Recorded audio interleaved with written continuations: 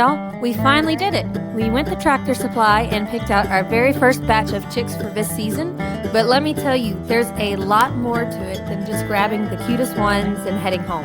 Today we're breaking down why we picked these specific breeds, what you need to bring chicks home, and how to set them up so they actually thrive.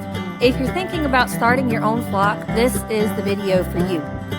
So we had a ton of options, but we settled on 3 breeds: Silver Laced Wyandottes, Blue Jersey Giants, and Barred Rocks. Here's why.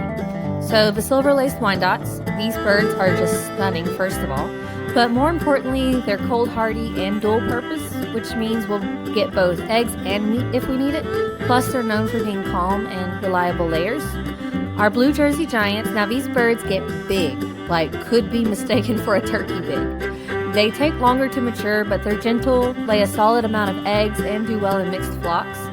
We figured they'd be a cool addition. And finally, the Barred Rocks. These birds are practically bulletproof. They're hardy, friendly, and reliable egg layers. If you're new to chickens, this is one of the best breeds to start with, in my opinion.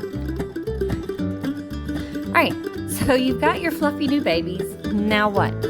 Before you even leave the store, make sure you're set up at home. Otherwise, you're going to have a very stressful first night. We're using a galvanized tub, but honestly, anything secure will work. Our heat source, chicks need 95 degrees the first week, then decrease it by 5 degrees each week. We're using a heat lamp, but a brooder plate is a safer option. For bedding, pine shavings are the best. You need to avoid cedar because it's toxic. Feeder and water. Trust me, you need to get the chick-sized ones or they're going to make a mess of everything. And then our starter feed. High protein chick starter is a must for healthy growth. Having all of this before you bring the chicks home is a game changer. Don't be like me and scrambling at the last second. Okay, time to get our new baby settled. Just a quick tip, I always put the box in the brooder first before I open it. I've had some times where the chickens decided they were just gonna jump out. So it's always best to open the box when it's placed down in the brooder. So how long do these little guys stay in here?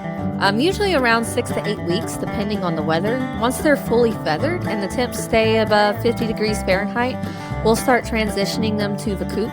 Until then, we'll be handling them daily so they get used to us, and maybe even introducing them to some short outdoor visits. But for now, this tub is their home.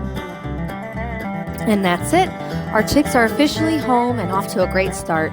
If you're thinking about getting chickens, make sure you're prepared with the right setup, choose breeds that fit your homestead, and give them the best care possible.